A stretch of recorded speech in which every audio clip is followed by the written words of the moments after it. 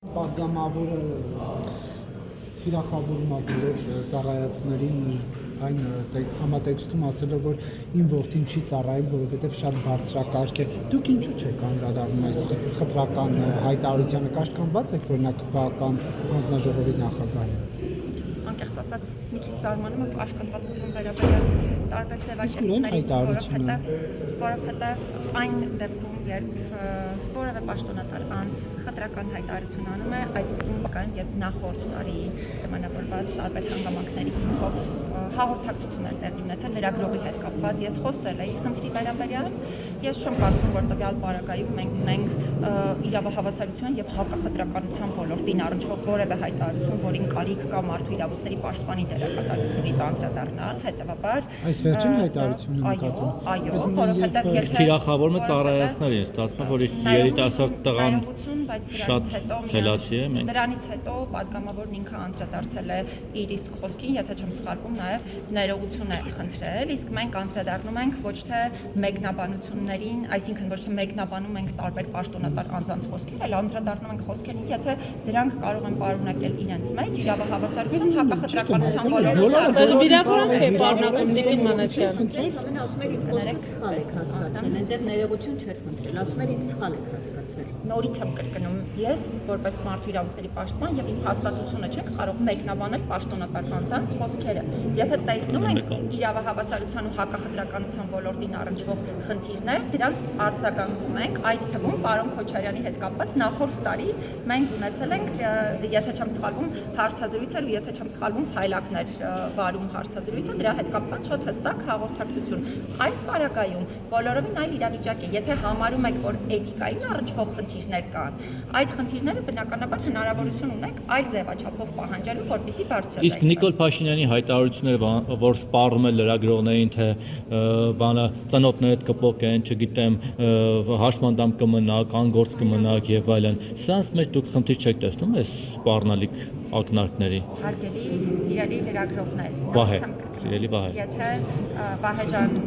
ես բոլորին եմ դիմում, ոչ միայն քեզ, այլ բոլոր սիրելի լրագրողներին, ովքեր այս պահին այստեղ են կանգնած ու բոլորին ես ինքս շատ ընդունում եմ եւ շատ լավ եմ վերաբերվում։ Բայց եթե անցնենք հարցի պատասխանին, հարցի պատասխանը հետեւյալն է. եթե տեսնում եք էթիկայի վարքագծի կանոնների հետ կապված խնդիրներ պաշտոնատար անձանց խոսքում, մարմինը բոլորովին այլ է, որին պետք է դիմեք եւ դրա հետ կապված ստանաք պատասխան ու արձագանք։ Մասնավորապես, եթե ցանկություն ունեք, նշված պարագայում կարող եք դիմել կոռուպցիայի կանխարգելման հանձնաժողովին։ Ինչ վերաբերում է մեր հաստատությանը, հաստատությունը արձագանքում է այն դեպքերին, երբ ոչ թե մենք էթիկայի կամ վարքագծի կանոնի խախտում ենք տեսնում, որովհետև այդտեղ ընդհանրապես չունենք իրավասություն, այլ այն դեպքերում, երբ որ իրավունքների հետ կապված խնդիրներ են։ Ախր մեր միակ հույսն ու ապավենը դուք եք Տիկին Մանասյան, դրա համար են ձեզ դիմում։ Ես հիմա կարող եմ պարզապես բոլոր պաշտոնատար անձանց կոչ անել շատ ավելի զգայուն լինել իրենց արտահայտություններում, որպեսզի հանկարծ որևէ մեկի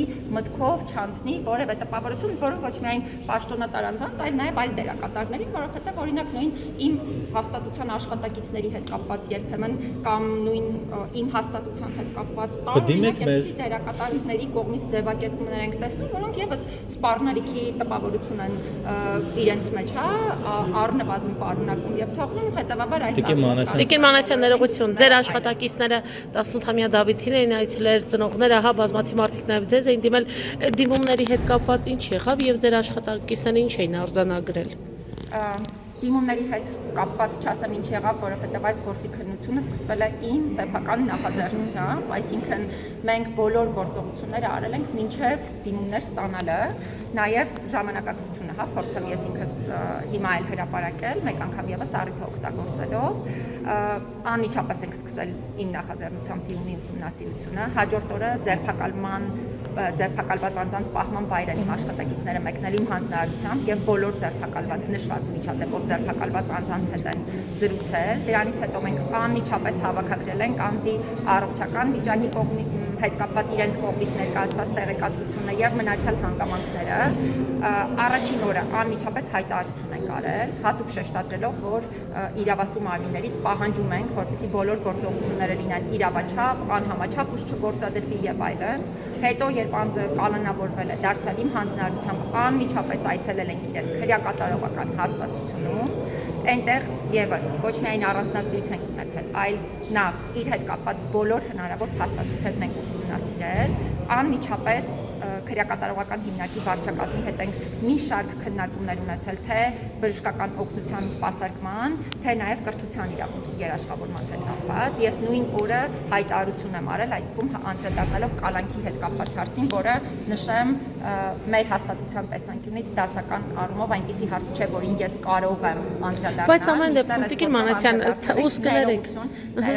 Նաև գործի հետ կապված մենք մի քանի հարցեր ահազանգեր ունեցել ենք փաստաբաններից, եւ փաստաբանները տարբեր խնդիրներ են ունեցել, այդ թվում քննչական կոմիտե մուտքի եւ այլնի առումով խնդիրները այդ թվում մեր միջամտությամբ լուծվել են եւ այս փուլում այն բոլոր հարցերի հասցեատերը, որոնք այս գործի շրջանակներում արկա են, մեր հաստատությունն ընդհանրապես չէ, քանի որ մենք ամենօրյա ռեժիմով ենք սրա հետ կապված քայլեր ձեռնարկում եւ շատ հրապարակային ենք նաեւ այդ քայլերի առումով։ Բայց ամեն դեպքում փաստաթղթերը ասացիք ուսումնասիրել եք Դավիթի հետ կապված։ Այդ փաստաթղթերը ուսումնասիրելիս ինչ արդյունք եք հանգնում, կալանք անհամատեղելի է